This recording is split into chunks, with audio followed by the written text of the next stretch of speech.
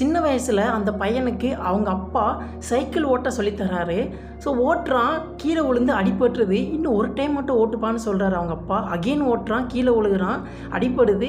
அப்படியே again multiple times பண்ணி கடைசியாக அவனால் சூப்பராக ஓட்ட முடியுது, அவங்க அப்பாவோட கைட்லைன்ஸ் இல்லாமையே. இங்கே தான் ஒரு கான்செப்ட் இருக்குது, அதுதான் ஸ்டோரி டெல்லிங்.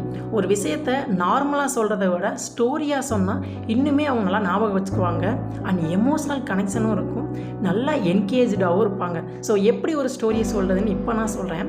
ஃபர்ஸ்ட் அதுக்கு முக்கியமாக தேவை கேரக்டர். ஸோ அதுதான் அந்த பையன். அதே மாதிரி அவனுக்கு ஒரு ப்ராப்ளம்.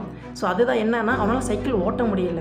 ஸோ அது மற்றவங்களுக்கு ஒரு இன்ட்ரெஸ்ட்டை க்ரியேட் பண்ணும். தென் ஃபைனலாக சொல்யூஷன். அவனால் இப்போ அவங்க அப்பாவோட கைட்லைன்ஸ் இல்லாமல் நல்லா சைக்கிள் ஓட்ட முடியுது.